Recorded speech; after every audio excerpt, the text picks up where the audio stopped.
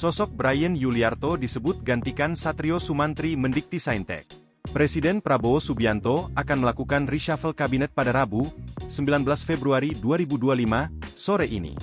Sekretaris Kabinet Mayor Teddy Indrawijaya membenarkan soal pelantikan pejabat negara sore nanti. Nanti sore akan ada pelantikan beberapa pejabat, kata Teddy kepada wartawan, Rabu, 19 Februari 2025. Prabowo akan melantik pejabat di Kementerian Pendidikan Tinggi, Sains dan Teknologi, Mendikti Saintek.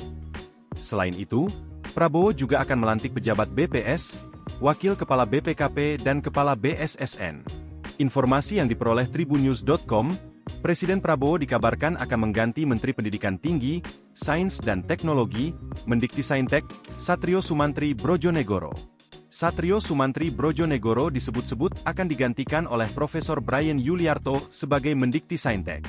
Profesor Bryan Yuliarto, ST, M.Eng., PhD diketahui adalah Dekan Fakultas Teknologi Industri ITB.